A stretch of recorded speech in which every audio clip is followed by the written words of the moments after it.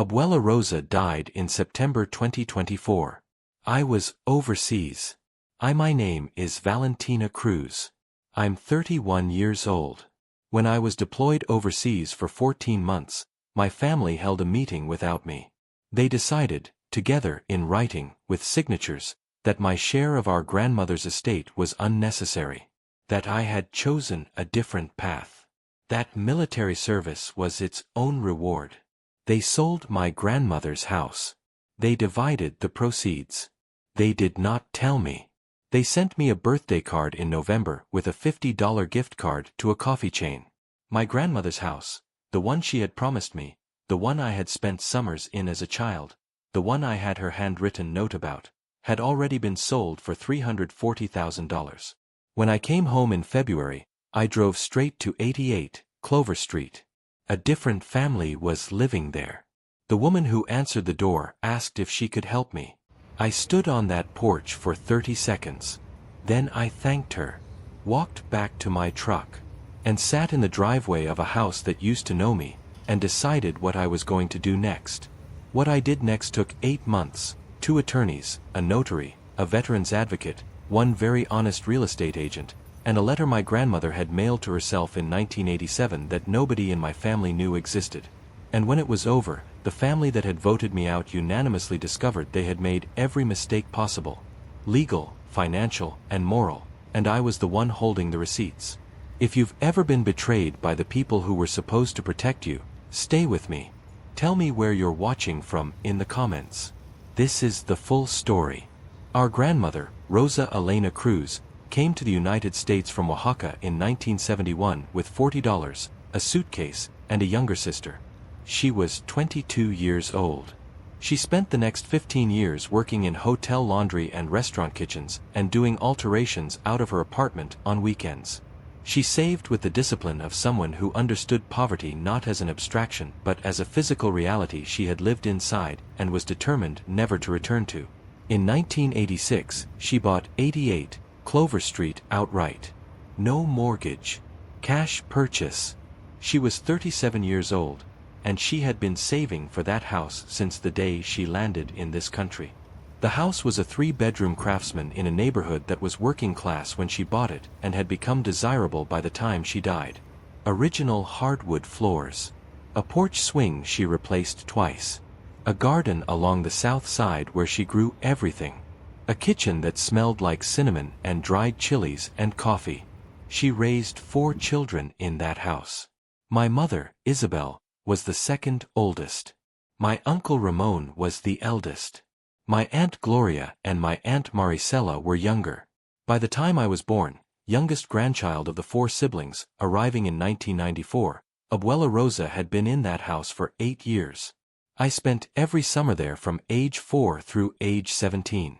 Every summer. 13 summers. She taught me to make tortillas by hand. She taught me to read the garden, when the tomatoes were ready, when the basil needed harvesting, when to let things go to seed for next year. She taught me the names of streets in downtown Oaxaca she still remembered from childhood. She taught me how to negotiate at a garage sale and how to repair a ham and how to make the kind of rice that has to be done a specific way or it's simply wrong. She called me her sparrow. Said I was always ready to fly somewhere. She was not wrong about that. When I was 19, I enlisted. My mother thought it was impulsive. My uncle Ramon said I was throwing my life away. My Aunt Gloria said at least I'd get the GI Bill. My Aunt Maricela said nothing to my face and something I only heard about later to everyone else. Abuela Rosa said, "You go and do what you're meant to do.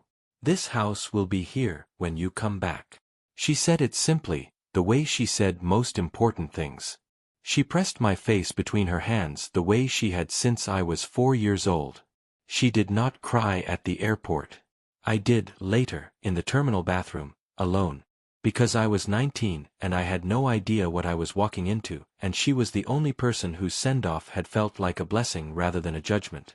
I served 8 years total. 2 deployments. The first was 11 months. The second, the one that matters for this story, was 14 months, beginning in January 2024. Before I deployed the second time, I sat with Abuela Rosa in her kitchen.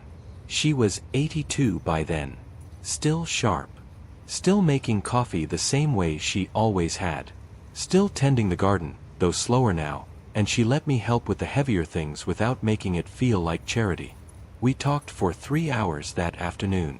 She told me about Oaxaca. About Harold, which is what she called my grandfather, though that wasn't quite his name.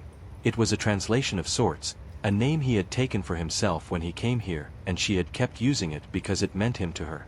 She told me about the $40 and the suitcase. She told me about the house. When I go, she said, I want you to have this. Abuela. Let me finish. Your mother has her house. Ramon has his business. Gloria has her apartment and her pension.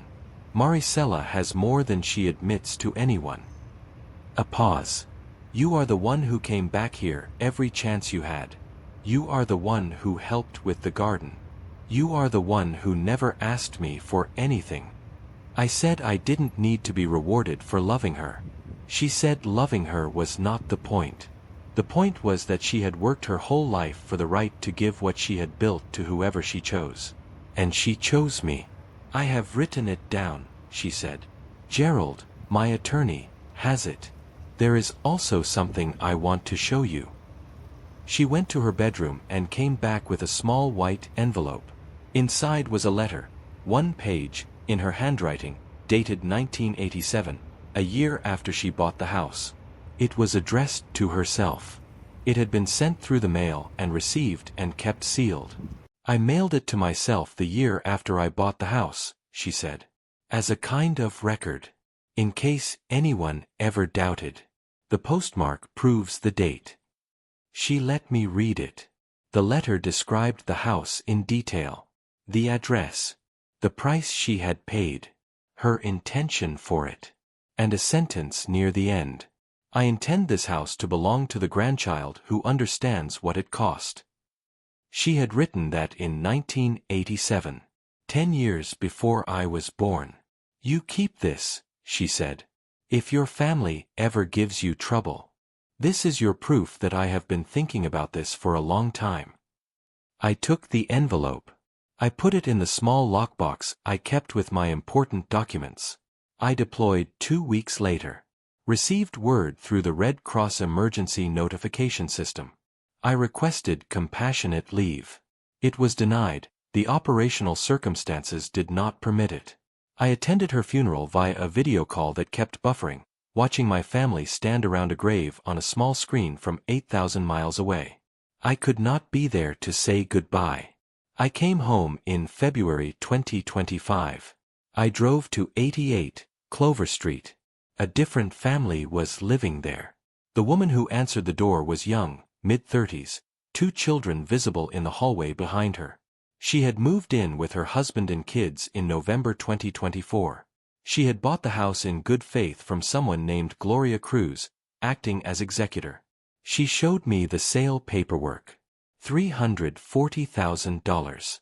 Closed October 28, 2024. Less than 6 weeks after Abuela Rosa's death. I stood on that porch for 30 seconds. Thanked her. Walked back to my truck. I sat in the driveway. I looked at the porch swing. She had replaced it with a different one, lighter colored, perfectly nice. She had every right to. It was her porch now. I looked at the garden along the south side of the house. It had been cleared. Ready for spring planting.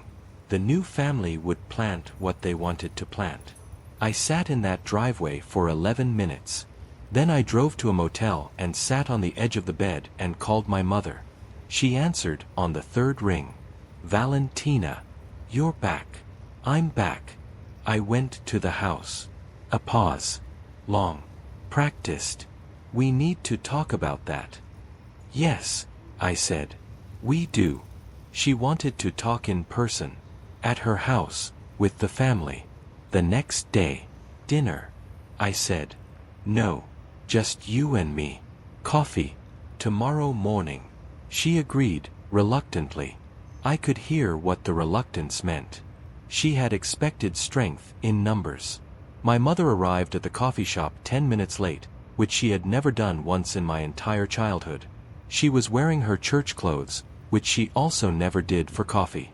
She looked like someone who had dressed for a performance. I had the white envelope in the inside pocket of my jacket. She ordered, sat down, arranged herself. Then she began. The story she had prepared was thorough. The estate had been complex. There was pressure to sell quickly due to property taxes and estate administration costs. They had all agreed, all 4 siblings, that it made more sense to liquidate and divide. They had each received $85,000. There was a share set aside for me. Things had just moved faster than anticipated. What share? I asked. A flicker. Your portion of the proceeds. Where is it? Well, there were estate costs. Mom. Where is my $85,000? A longer pause. There were discussions about what Abuela Rosa would have wanted. Given that you were deployed. Given that you hadn't been home in. She had an attorney. Gerald Medina. She told me. 2 weeks before I deployed. My mother's hands stilled around her coffee cup. We went through Gerald, she said carefully. What did Gerald's will say? The will left things to the family equally. That's not what she told me. Valentina, she was 82. She said many things. I put the white envelope on the table between us. She looked at it. What is that? A letter she mailed to herself in 1987. Postmarked. In her handwriting. Describing the house and her intentions for it. Including a specific line about which grandchild she meant to leave it to. My mother did not pick it up. She stared at it as though it might move. Abuela Rosa was very clear with me, I said. She had a will.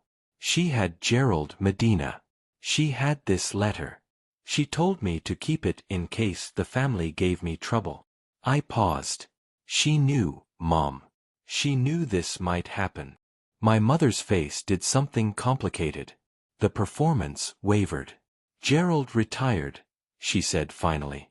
A new attorney handled the estate. Who chose the new attorney? Silence. Who chose the new attorney? I repeated. Ramon handled most of the administrative details. Of course he did. I picked up the envelope, put it back in my pocket. I'm going to find out what was in Abuela Rosa's actual will, I said.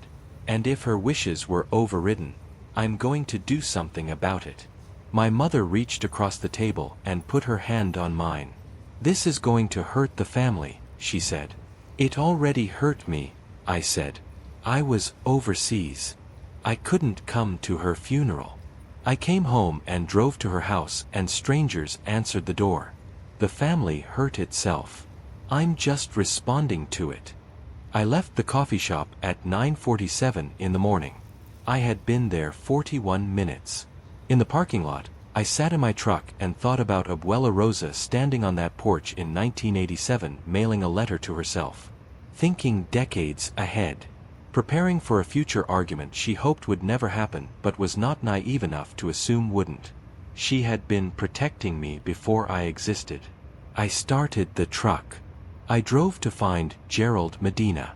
Gerald Medina was 73 and officially retired, but he maintained a small office above a dry cleaning shop because, as he told me when I arrived unannounced, I don't actually know what else to do with my time. He remembered Abuela Rosa immediately. His face changed when I told him she had died. I didn't know, he said. When did it happen? September. You weren't contacted? No. Which is unusual. If I prepared a will, the family should have contacted my office as a matter of estate procedure. They used a different attorney. His expression shifted. He folded his hands on the desk. Tell me what happened, he said. I told him everything. He listened without interrupting. When I finished, he stood up, went to a filing cabinet, and spent 4 minutes locating a folder. Rosa Cruz, he said. Executed 2019. Updated 2022. He set the folder on the desk. I have a copy here. The original was with her, as was standard. Will you tell me what it says? He reviewed it quickly. Then he looked at me over his glasses. It's very clear, he said. The house and its full appraised value are left to you. Your cousins and aunts and mother each receive specific personal items and a small cash bequest, combined total of approximately $12,000 across all parties. The bulk of the liquid assets, roughly $89,000 at the time of execution, are divided equally between all 4 siblings, her children. He paused. But the house is unambiguous. It is yours. And the will that was filed with the estate? I can check public records, he said. Give me a few days. I gave him my number. I left the white envelope with him. He made a copy, returned the original. He held the copy up to the light, examined the postmark. She was thorough, he said. Yes, I said. She was. Miss Cruz, I want to be clear about something. What you are describing, if accurate, is a serious matter. Bypassing a valid will. Selling property that was not legally available for sale. These are not family disagreements. These are legal violations. I know, I said. You'll need an attorney. A good one. Can you recommend someone? He wrote a name on a piece of paper. Tell her I sent you. And Miss Cruz, I'm sorry about your grandmother. She was one of the finest people I've had the privilege of working with. She talked about you often. I made it to the parking lot before I started crying. Not for long. 5 minutes. Then I dried my face and drove to the address Gerald had written down. The attorney he sent me to was named Patricia Okafor. 44 years old, estate and probate specialist, 17 years of practice. Her office was organized with the precision of someone who believes that how you maintain a space reflects how you maintain an argument. She reviewed everything I gave her in 40 minutes of silence, then looked up. Okay, she said. Here's what you have. She laid it out methodically. I had a valid will, prepared by a licensed attorney in 2019 and updated in 2022, clearly naming me as the beneficiary of 88 Clover Street. I had a self-addressed postmarked letter from 1987 in Abuela Rosa's handwriting, establishing her long-standing intent regarding the property. Gerald Medina had confirmed, through public records, that the will filed with the probate court was not the document he had prepared. A different document, simpler, leaving everything equally to the 4 siblings, had been submitted. It had been prepared by an attorney named Douglas Hale, who had a small practice and, Patricia noted without further comment, was Ramon Cruz's college roommate. So a fraudulent will was filed, I said. A will of questionable origin was filed, she said carefully. We will let the court characterize it once we present the legitimate document. And the sale. The sale is the more complicated issue. The buyers acted in good faith. We cannot undo their purchase without significant additional proceedings, and there would be cost and harm to people who did nothing wrong. However, she held up one finger. The proceeds of that sale were distributed from the estate. $340,000. If the will was invalid, the distribution was invalid. You are entitled to what the house would have been worth to you, which is its sale price, minus legitimate estate costs. She paused. The family will need to return money. Money they have presumably already spent. I thought about Gloria's kitchen renovation. About Ramon's son's private school tuition that suddenly appeared in family photos. About Maricella's new car. What are my chances? I asked. With Gerald Medina's copy of the legitimate will, the postmarked letter, and the discrepancy in the document filed with the court? She folded her hands. Strong. Very strong. The harder question is what you want. Do you want money? Do you want acknowledgement? Do you want the family destroyed? These are different goals that lead to different approaches. I thought about Abuela Rosa pressing my face between her hands. I want what she wanted me to have, I said. I want her wishes honored. I want the people who overrode them to understand what they did. Then we file a will contest, Patricia said. And we file it very publicly. Are you prepared for what that will look like? I was deployed for 14 months, I said. I've been prepared for hard things for a while. She smiled. One corner of her mouth. The expression of someone recognizing a particular kind of resolve. All right, Miss Cruz. Let's get started. The filing happened in March 2025. Within 72 hours, my entire family knew. Uncle Ramon called first. His voice had the controlled fury of a man who thought he had been careful and was discovering he had not been careful enough. You're going to tear this family apart. The will was clear, I said. Abuela Rosa's wishes were clear. I'm asking for what she wanted me to have. She was old. She changed her mind constantly. She updated her will in 2022, 2 years before she died. That's not someone who was confused. You're going to drag us through court. Or you could return what was distributed improperly and acknowledge what happened. Those are the options. I have an attorney. She's very good. He hung up. Aunt Gloria called that evening. Her approach was different, softer, more wounded. Val, we're family. Your grandmother would be so upset to see us fighting. She prepared a valid will specifically so this wouldn't be a fight, I said. Someone in the family chose to replace it with a different document. I don't think that's what she would have wanted either. We don't know exactly what happened with the paperwork. Patricia Okafor knows. Gerald Medina knows. The court is going to know. A silence. Is there anything I can do, Gloria said slowly, to make this right without going further? It was the first honest sentence anyone in my family had said to me since I came home. Talk to Patricia, I said. She's the one who can tell you what making it right actually looks like. Maricela never called. She sent a text on day 4. I hope you know what you're doing to this family. I did not respond. My mother called on day 6. We talked for an hour and 20 minutes. It was the most honest conversation we had ever had. She told me that Ramon had called a family meeting in October 2024, 6 weeks after Abuela Rosa's death.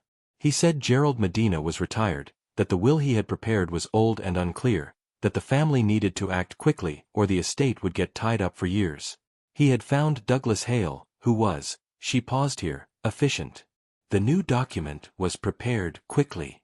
Everyone had signed off. They had all received $85,000. Did you know what the real will said? I asked. A very long pause. I suspected the house might have been for you, Mom. Ramon said she had verbally told him otherwise. That she had changed her mind. And you believed him. I wanted to. It was easier. And Valentina, I'm telling you this because you deserve the truth, and because I think if I don't tell you now, I will never be able to look at you. The same way that was filed with I was wrong. I should have called public record myself, he said. I should have called you. You were deployed, and we handled it the way Ramon wanted to handle it, and I have not slept well since October. He made a copy, returned the original. It was the most honest thing my mother had ever said to me. Examined the postmark. Thank you for telling me. She was thorough. It doesn't fix it. I said. No, she was. It's a start. Miss Cruz, the legal process moved clear about something. Partly because the documentation was exceptionally clean, and partly because Douglas Hale, when presented with Gerald Medina's copy of the legitimate will, property that declined to provide any explanation held up to scrutiny. These are not family disagreements. His own counsel. These are legal violations. Counsel. The family's unified front lasted approximately 3 weeks before it fractured. A good one. Gloria was the first to break. She contacted Patricia in early April and agreed to return her $85,000 distribution voluntarily. I'm sorry plus about a proportional share of the estate costs. She was one of the in exchange for being named as a cooperating working with, rather than a named defendant in the contest. You often. Her kitchen renovation had cost $28,000.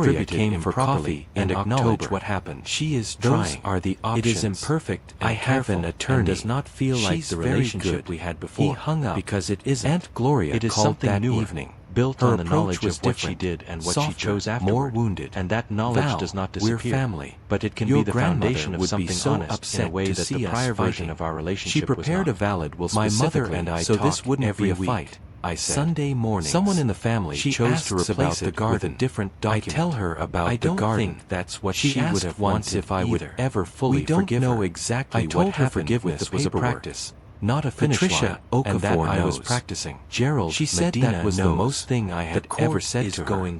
I said, Abuela Rosa used to say something similar. Is there anything I can do, Gloria said slowly, my mother said, to make this right without going further?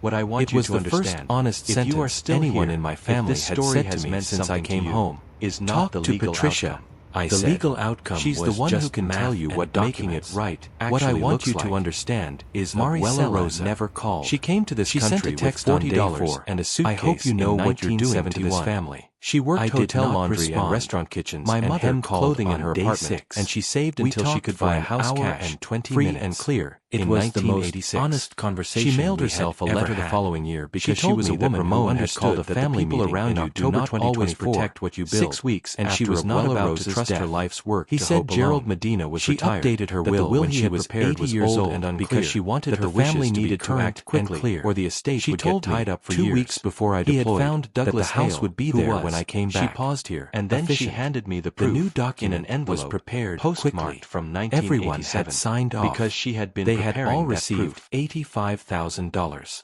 Did you know what the real will said? I asked. A very long pause. I suspected the house might have been for you, Mom. Ramon said she had verbally told him otherwise, that she had changed her mind. And you believed him. I wanted to. It was easier. And Valentina, I'm telling you this because you deserve the truth, and because I think if I don't tell you now, I will never be able to look at you. For 37 years. She trusted me with it. She trusted me with it because she had spent 13 summers watching me follow her through that garden and name the constellations and listen when she talked about Oaxaca. She had spent 14 years receiving my letters. She had watched me leave at 19 with her blessing and come back every chance I got. She did not leave me the house because I deserved a reward. She left me the house because she believed I would understand what it had cost and what it meant.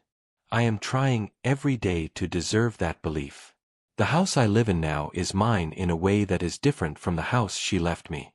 It's mine because I chose it and earned it and planted my garden in it and put Harold's hand plane on the kitchen windowsill and named the constellations from the porch in the dark. But it carries something from her house. Something she gave me that no will contest and no legal proceeding could transfer. The understanding of what it means to build something slowly, with discipline, without asking for recognition, and to trust that the people who love you will eventually find their way to it. I am building that understanding. Daily. The third stair from the top creaks. I like it that way. If you've been the person your family voted out of the room, if you've been the one overseas or far away or simply overlooked, know this. The quiet ones who pay attention always know more than the ones running the room think they do. Abuela Rosa knew. She planned accordingly. She was right. I'm still here. I'm still planting the garden. I'm still naming the stars. And the house, this house, knows me too. She made sure of that.